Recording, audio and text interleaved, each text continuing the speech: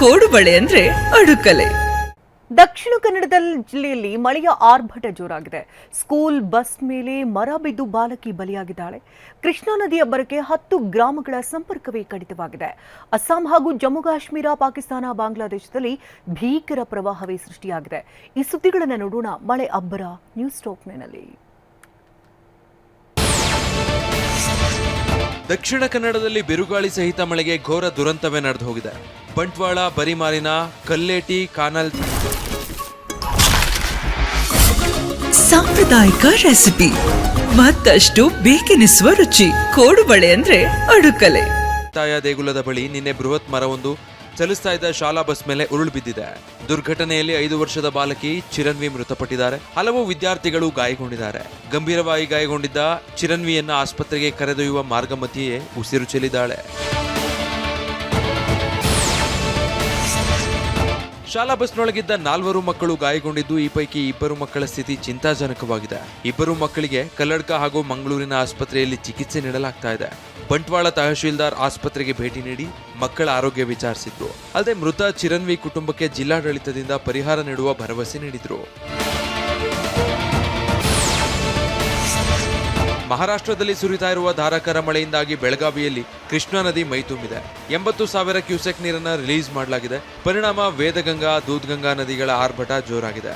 ನಿಪ್ಪಾಣಿ, ಚಿಕ್ಕೋಡಿಯಲ್ಲಿ 2ನೇ ಬಾರಿಗೆ 5ಕ್ಕೂ ಅಧಿಕ ಕೆಳಹಂತದ ಸೇತುವೆ ಜಲಾವೃತಗೊಂಡಿದೆ. 10 ಗ್ರಾಮಗಳ ಸಂಪರ್ಕ ಬಂದಾಗಿದೆ. ಕೊಡಗಿನ ಸೋಮವಾರಪೇಟೆಯ ಗರ್ವಾಲೆ ಬಳಿಯ ಮೇದುರ ಜಲಪಾತ ಧುಮ್ಮಿಕ್ತಾ ಇದೆ. ಪ್ರವಾಸಿಗರು ಮದ್ಯ ಸೇವಿಸಿ ಸೆಲ್ಫಿಗಾಗಿ ದುಸ್ಸಾಹಸ ಮೆರೆದಿದ್ದಾರೆ. ಜಲಪಾತಕ್ಕಿಳಿಯದಂತೆ ಜಿಲ್ಲಾಡಳಿತ ಆದೇಶಿಸಿದ್ರೂ ಅದಕ್ಕೆ ಕ್ಯಾರೆ ಅಂತ ಇಲ್ಲ. ಇದನ್ನ ಪ್ರಶ್ನಿಸಿದ ಸ್ಥಳೀಯರ ಮೇಲೆ ದರ್ಪ ಮೆರೆದಿದ್ದಾರೆ. ಭಾರಿ ಮಳೆಗೆ ಭದ್ರಾ ನದಿ ಮೈದುಂಬಿದೆ. ಚಿಕ್ಕಮಗಳೂರು ಜಿಲ್ಲೆ ಕಳಸದ ಸಂಜೀವ ಮೆಟ್ಟಿಲು, ಕಳಕೋಡು ಮಧ್ಯೆ ತೂಗು ಸೇತುವೆ ಈಗ ಅಪಾಯಕ್ಕೆ ಸಿಲುಕಿದೆ. ಒಮ್ಮೆ ಇದರ ಮೇಲೆ 20 ಜನ ಸಂಚರಿಸಬಹುದು. ಆದರೆ ವಾರಾಂತ್ಯಕ್ಕೆ ಏಕಕಾಲಕ್ಕೆ 200 ಪ್ರವಾಸಿಗರು ಸೇತುವೆ ಮೇಲೆ ಬರ್ತಾರೆ. ನಿರ್ವಹಣೆ ಇಲ್ಲದೆ ಸೇತುವೆ ಕುಸಿಯುವ ಆತಂಕ ಕಾಡ್ತಾ ಇದೆ.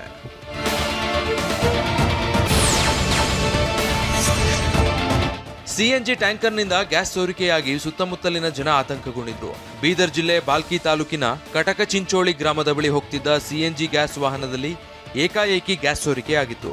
ಸಿಎನ್ಜಿ ಗ್ಯಾಸ್ ಸೋರಿಕೆ ಅರಿತ ಲಾರಿ ಚಾಲಕ ಸಿಎನ್ಜಿ ಟ್ಯಾಂಕರ್ ವಾಹನ ನಿಲ್ಲಿಸಿದ್ದ.